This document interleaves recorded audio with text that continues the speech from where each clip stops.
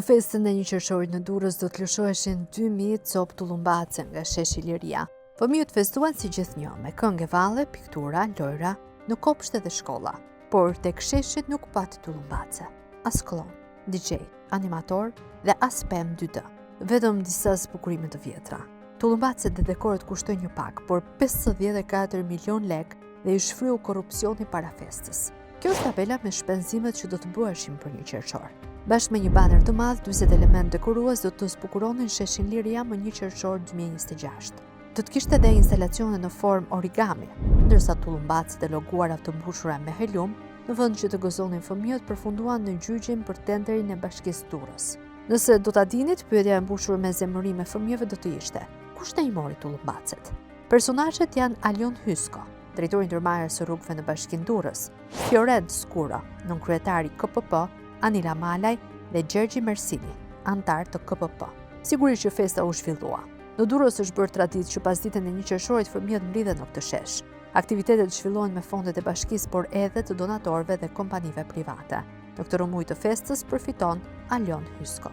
Drejtori është krau i djathtë i kryebashkiakës Emiliana Sako, por është edhe koordinatori i PS-s. Dyshohet se Hysko e ka bërë tenderin për festën e 1 qershorit fiktivisht për të favorizuar një kompani eventesh.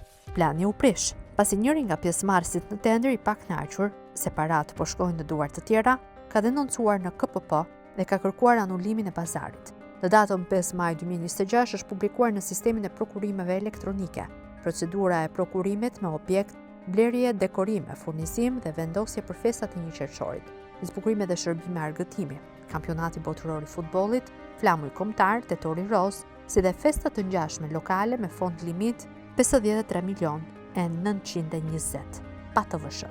Data për të zhvilluar tenderi është caktuar më 15 maj 2026. Duke parë këto afate të ngushta, mendja të shkon në 2 gjëra që fshihen. Ose këtu furnizimet nuk do të bëhen dhe parat ndahen, ose fituesi është i paracaktuar dhe procedura bëhet thjesht për të qenë në rregull me letrat. Në datën 11 maj 2026, operatori ekonomik Optima Communication SHPK ka dorëzuar një ankesë ku kërkon modifikimin e dokumenteve të procedurës së prokurimit. Komisioni i prokurimit publik ka publikuar pas disa ditësh ankimuesin dhe kërkesat e tij. Ndërkaq, në datë 18 maj 2026, Bashkia e Durrës do ta njoftonte KPP-n se e ka shqyrtuar dhe pranuar ankesën e kompanisë Optima Communication SHPK. Por, nuk mbyllet me kaq. Kutia e Pandorës ishte hapur tashmë. Më 21 maj 2026, kompania dërgon një shkresë me argumente mbi kërkesat për sqarime në lidhje me disa pika të ankesës trajtuar me vendimin e Komisionit të Ankesave të Bashkisë Durrës. KPP mori në shqyrtim ankesat dhe konstatoi se kërkesa për ndryshim të dokumenteve lidhej ndër të tjera me afatin e ngushtë.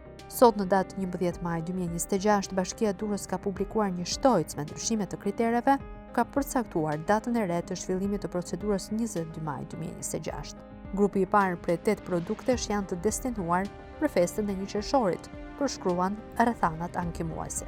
Data e procedurës tashmë ishte vendosur 22 maj 2025. Edhe sikur brenda ditës të shpallte klasifikimin, Komisioni i Alion Hyskos do dituaj të priste dorëzimin e dokumenteve shkresore nga operatori ekonomik i renditur i pari, që i bie të ishte 25 maj 2026. Mëtej, pas vlerësimit të dokumenteve bëhet uploadimi i njoftimit paraprak të fituesit në rastin më të mirë, nëse nuk do të ketë skualifikim të operatorit dhe nuk do të kalojë tek pjesëmarrësi renditur i dytë. Fituesi shpallet nga Agjencia e Prokurimit Publik ditën e nesërme të punës, në rastin më të mirë nëse nuk ka pasaktësi apo gabime. Sado me urgjencë të bëhen veprimet, njoftimi paraprak i fituesit nuk mund të shpallet më herët se data 26 maj 2026. Mëtej, duhet të pritet afati e ankimimit që është 7 ditë, duke nisur nga e nesërmja e publikimit të njoftimit paraprak të fituesit. Pra duke nisur nga data 27 maj 2026 deri në orën 24:00 të datës 2 qershor 2026. Mëtej, nëse nuk do të ketë ankesa, bashkia duhet të ngarkojë në sistem njoftimin përfundimtar të fituesit përkatësisht më datën 3 qershor 2026, i cili shpallet nga APP ditën e nesërme të punës, pra më 4 qershor. Mëtej, po përsëri me urgjencë, kontrata mund të mbyllej andej nga 5 qershor 2026. Kjo do të thotë që në asnjë mënyrë nuk arrihet të lidhet kontrata, të prodhohen dhe montohen produkte të kërkuara për datën 1 qershor. Ç'është ky mashtrim?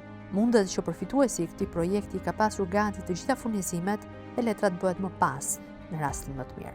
E pra, ky drejtor dhe kryebashkiakja që nuk pyesin, as për festën e vogëlueshme duhet të hetohen nga organet e drejtësisë. Tenderi më sipër është skem për të vjedhur fondin, sepse nuk ka lidhje me festën. Nga ana tjetër, kompania që ankohet kërkon të marrë çfarë do mbetet, ndërsa KPP thjesht vendos në mënyrë burokratike ndryshime mbi tenderin. Me pakta që duhet të bënte KPP ishte të kërkonte hetim administrativ nga APP për këtë mashtrim publik. Në këto kushte, procedura duhet të anulohet, të ndryshojë lista e produkteve, të rilogaritet fondi limit, të shpallet një fond i ri, ku natyrisht nuk do të bëjmë pjesë zërat e kërkuar për 1 qershor, citojnë kërkesën e ankimuesit. Ndërkaq tenderi përfshin dhe produkte për botërorin e futbollit si panele LED dhe topa të dizajnuar me logon e bashkisë, tapet për ceremoni, fjongo dhe banera me drita për tetorin roz. Duke parë ricurinë e procesit të ankimimit më shumë mundësi dhe eventet e datave 11 qershor dhe 20 korrik 2026 nuk do të arrijnë të realizohen. Kështu që lista e produkteve duhet ndryshuar në varësi të afateve të gjyqit në KPP. I ndodhur para këtij zhvillimi për të shmangur KPP-n dhe për të shpëtuar atë që kishte mbetur nga tenderi, Alion Hysko pranoi gabimin dhe mori vendim të anulonte tenderin. Dokumentet e tenderit janë një skandal më vete. Hysko në nxitime sipër i ka mbushur dokumentet me gabime logjike dhe të dhëna absurde. Kështu nuk sqarohet nëse një projektor lazer i kërkuar duhet të blihet apo të sillet me qira. Fotoja e LED-it, siç e pranon vetë bashkia, i përket një produkti tjetër. Ndërkaq, janë dhënë gabim për masat e dritave LED. Po ashtu, kërkohen flamuj, por në grafikën e lëvrimit nuk janë vendosur. KPP, duke parë se kërkesat e ankimuesit u plotësuan, mori vendim të mbyllte çështjen duke shpëtuar Alion Hyskon nga pasojat ligjore të këtij mashtrimi me të dhënat e tenderit. Alion Hysko nuk i ka gabime rastësore këto që u zbuluan në tenderin e organizimit të datës 1 qershor. Edhe më parë, ka bërë tendera fiktiv për dekorin e festave në Durrës. Kështu Rafaela Rica është pronare e disa kompanive, përfshirë dhe kompaninë Iceberg Communication, e cila më parë quhej Iceberg Publicity.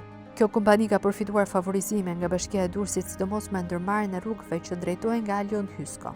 Çdo fundvit Rica arkton nga një tender me flamur të kuq korrupsioni për blerje mallrash dekori si tullumbaca, drita të tjerë. Në 23 nëntor 2023, Alion Hysko ka firmosur tenderin e radhës për Ricën me vlerë 120.000 euro. Oferta fituese është sa 99% që i fondit limit dhe nuk ka pasur garues as sa për fasad. Në 1 dhjetor 2022, Alion Hysko i ka dhënë Rafaela Ricës tenderin e zbukurimeve të rrugëve për festa me vlerë 100.000 euro në të njëjtën formë abuzimi.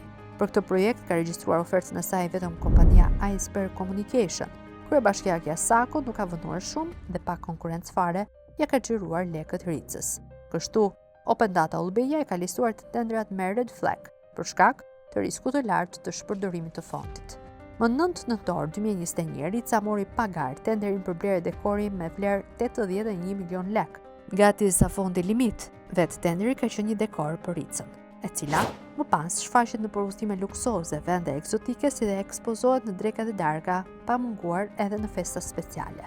Këtë herë, për të krijuar idenë e garës, formalisht ka marrë pjesë në tender kompania Prime Solbenja. Kjo firmë ishte në pronësi të Suela Tucit, e cila në fakt ishte punonjëse në kompaninë Iceberg Communication të Ricës, që fitoi tenderin. Suela Tuci ishte thjesht një pjesë e lojës së Rafaela Ricës në skemën e mashtrimit dhe vjedhjes me Alion Hyskon. Menjëherë pasi krijoi misionin, Tuci adhuroi kompaninë në mënyrë të çuditshme, shtetases Mirela Baboci, dhe në vitin 2020, Rafaela Rica ka marrë një tender tjetër tek Emiriana Sako, të herë me vlerë mbi 100 milion lek, duke qenë e vetme në garë. Por vjedhja e parave të festës së fëmijëve do të ishte kulmi i babësisë. Indicjet janë të qarta, i mbetet Spakut të hetojë të gjithë tenderat e firmosur prej tij.